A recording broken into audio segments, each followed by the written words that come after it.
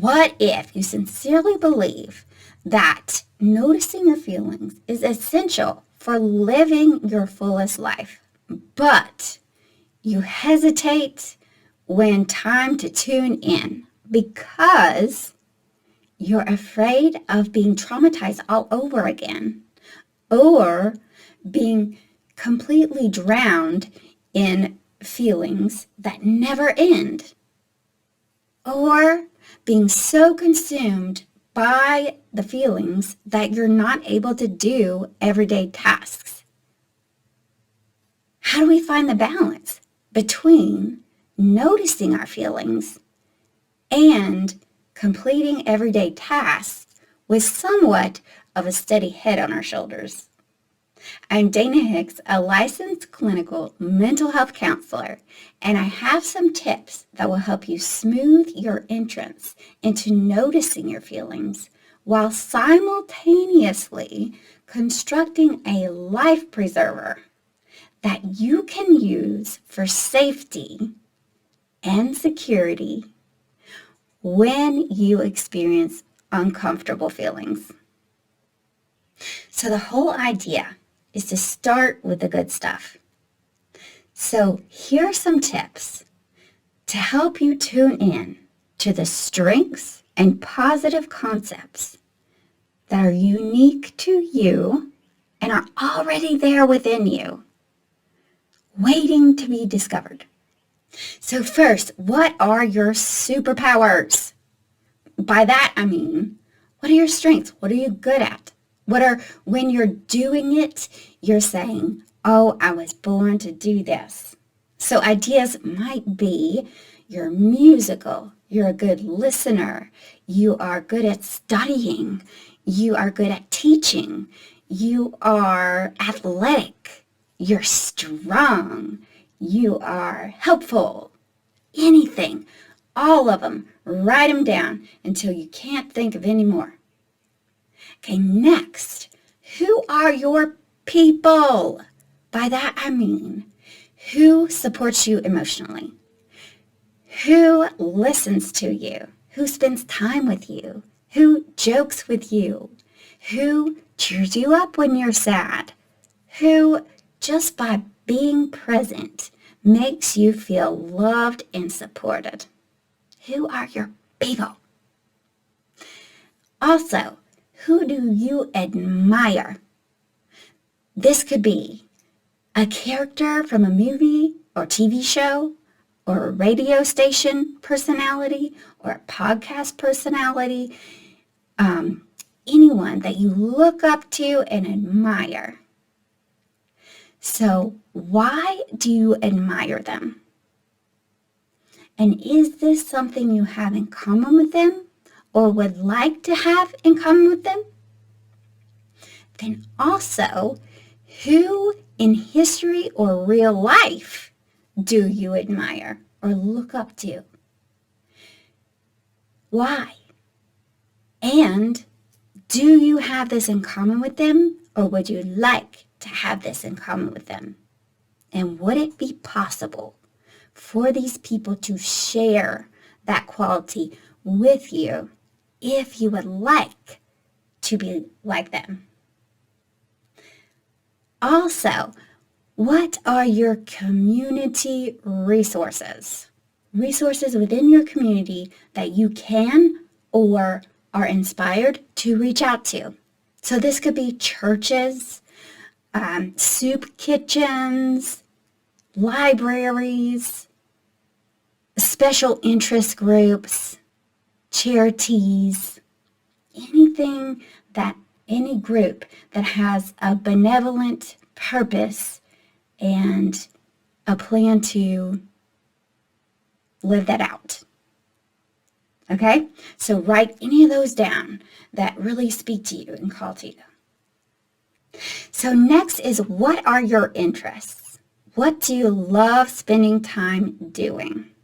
So this could be bike riding, exercising in any shape or form, dancing, gymnastics, crafts, arts and crafts, writing, reading, science, math, music, anything that you love, you just love doing. Okay, so then next is what inspires you. When is the last time that you were inspired? You couldn't stop saying, wow. So it might be scenery in nature. It might be a painting.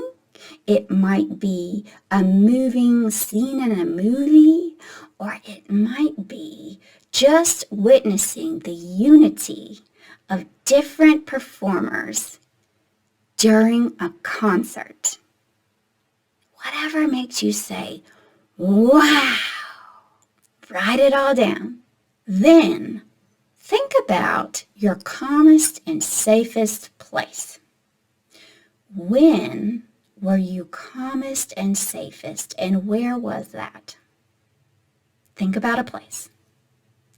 And then write down what you saw there, what you felt on your skin there, what supported your weight there. What did you smell there? What did you hear there? Did you taste anything there? And reflect on those things for as long as you want. And then another question could be, what are your favorite senses? And by that, I mean, what is your favorite thing to see? So what's your favorite color? What's your favorite shape? What have you? What do you love to hear? What's your favorite sound? What is your favorite taste? What is your favorite feeling that you can have on your skin? What is your favorite thing to support your weight? What is your favorite smell?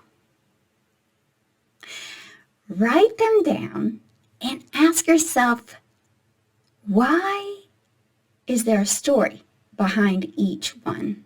And if not, that's fine. But if there is, write that story down too. Also, think about your favorite way to receive information from the world. Like, do you like to see things? Is that more effective for you? Is it more effective for you to hear things? Is it more effective for you to taste things? Is it more effective for you to feel them on your body? Is it more effective for you to speak words or write them down? Is it more effective to act instead of using words? Is it more effective to draw it out? Worth pondering, right? So, after you answer some of these or all of these, try to objectify that, which means give it a color, give it a texture, give it a temperature, give it a smell if you want, give it a place to live.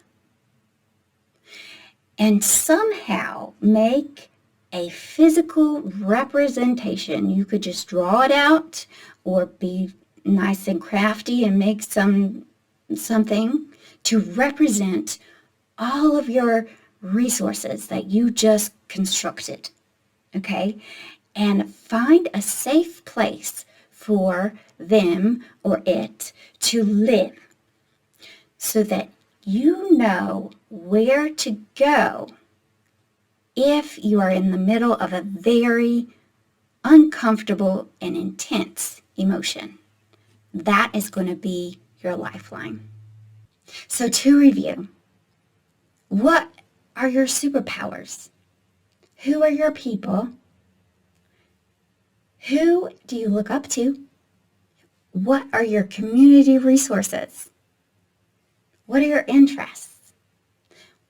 When is the last time you were inspired? What is your calm and safe place? And what are your favorite senses? What do you love to sense? And what sense comes the most naturally to you? So after answering all those questions, or some of them, put a color, a shape, a texture, a temperature, make it objective, something that you can hold in your hands, physical.